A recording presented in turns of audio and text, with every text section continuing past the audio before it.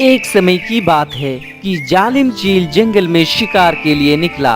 जालिम चील को देखकर जंगल के सभी पक्षियां अपने बच्चों को छुपा लेती है। जालिम चील को जंगल में कोई भी पक्षियां दिखाई नहीं देती है। अरे ये क्या बात है, आज तो जंगल में कोई भी पक्षी दिखाई नहीं दे रहे हैं। आखिर जंगल के पक्षियां इतना चालाक कैसे हो गए हैं? ऐसा बोलकर जालिम चील वहां से चली जाती है और इधर सभी पक्षियां अपने अपने बच्चों को समझाते हुए, माँ मुझे बहुत डर लग रहा है, ऐसा ना हो कि चील मुझे खा ले। नहीं बेटा, ऐसा बात ना बोलो, ऐसा कुछ नहीं होगा, हम है ना।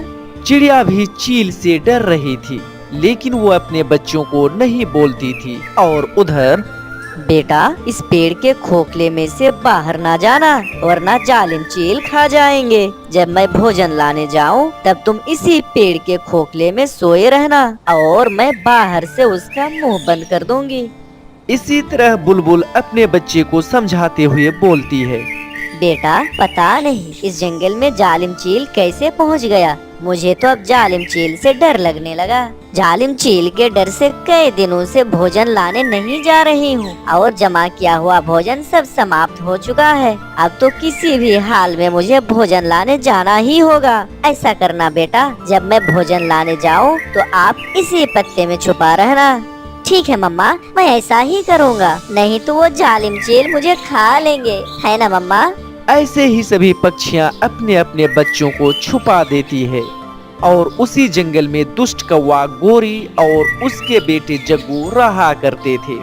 कालू, कुछ दुष्ट बुद्धि का प्रयोग करो, कई दिनों से हम भूखे हैं और बाहर निकले तो जालिम चील हमें खा जाएंगे।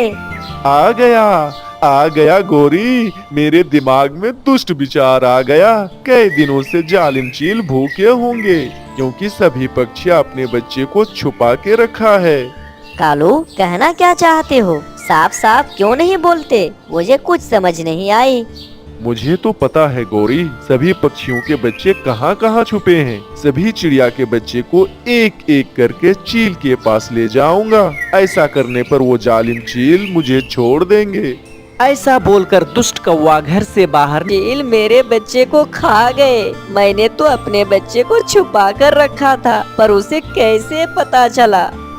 फिर दूसरे दिन टूनी अपने बच्चे से बोलती है, गुड़िया, ओ गुड़िया मेरी बेटी, मैं भोजन लाने जा रही हूँ, तुम छुपे रहना। मेरे बारे में जालिम चील को नहीं पता है कि हम इसे पेड़ के खोखले में रहते हैं।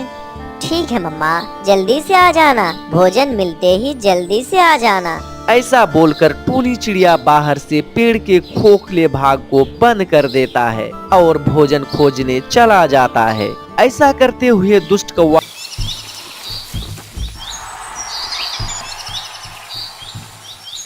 किसी जंगल में टूनी चिड़िया अपने दो बच्चों के साथ रहा करती थी। तो वहीं दूसरे पेड़ पर मिट्ठू तोता और बंटी कबूतर रहा करता था। और पास के जंगल में गोरी कौवी अपनी एक अंधी बेटी मुन्नी और पति दुष्ट कालू कौवा के साथ रहा करती थी। मुन्नी अंधी होने के कारण दुष्ट कौवा अपनी बेटी से काफी नफरत करता था। एक दिन दुष्ट कौवा अपनी बेटी मुन्नी से कहता है, मुन्नी चलो, आज मैं दूसरे जंगल जा रहा हूँ, तुम भी मेरे साथ चलो, मैं तुम्हें घुमा कर लाता हूँ। नहीं, मेरी बेटी को मेरे साथ ही रहने दो कालू जी। अगर मेरी बेटी कहीं इधर उधर हो गई तो कहाँ ढूंढती फिरूंगी मैं अपनी बेटी को। मम्मा, आप मुझे जाने दीजिए ना, पहली बार तो आज पापा मुझे साथ लेकर जाना चाहते हैं। मम्मा प्लीज मुझे जाने दो ना। फिर गोरी कौवी मान जाती है और दुष्ट कौवा अपनी बेटी मुन्नी को लेकर जंगल की ओर रवाना हो जाती है। मुन्नी, सीधे मेरे पीछे पीछे उड़ती जाओ, कहीं इधर उधर मत हो जाना। ऐसे ही कालू कौवा अपनी बेटी को बहुत दूर किसी सुनसान जगह पर लेकर चला जाता है और उसे एक पेड़ पर बैठाने के बाद कहता है, यहाँ इस पेड़ पर ही तुम रुकी रहो मुन्नी, मैं तुम्हारे लिए पानी लेकर आता हूँ। मगर पापा मुझे तो प्यास नहीं है। अभी बहुत दूर जाना है बेटे, रास्ते में कहीं पानी नहीं मिलेगा ना, इसलिए इधर ही पानी पी लेते हैं। फिर कालू कौवा वहां से चला जाता है।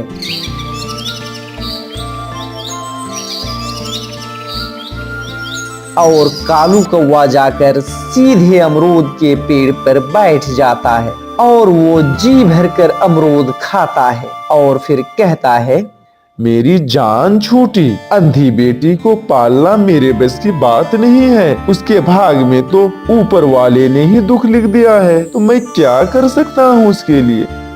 ये कहकर कालू कौवा घर चला जाता है।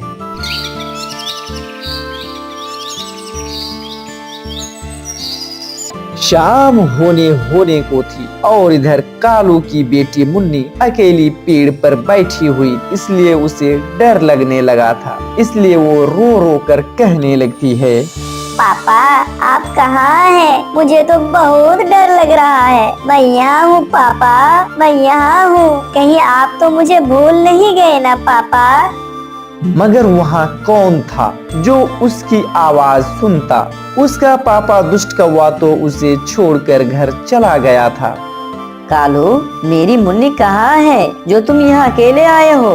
फिर कालू झूठ मूठ का रोने लग जाता है और कहता है, गौरी गौरी, मैं अपनी बेटी मुन्नी को पेड़ पर बैठाकर पानी पीने गया था कि उसे एक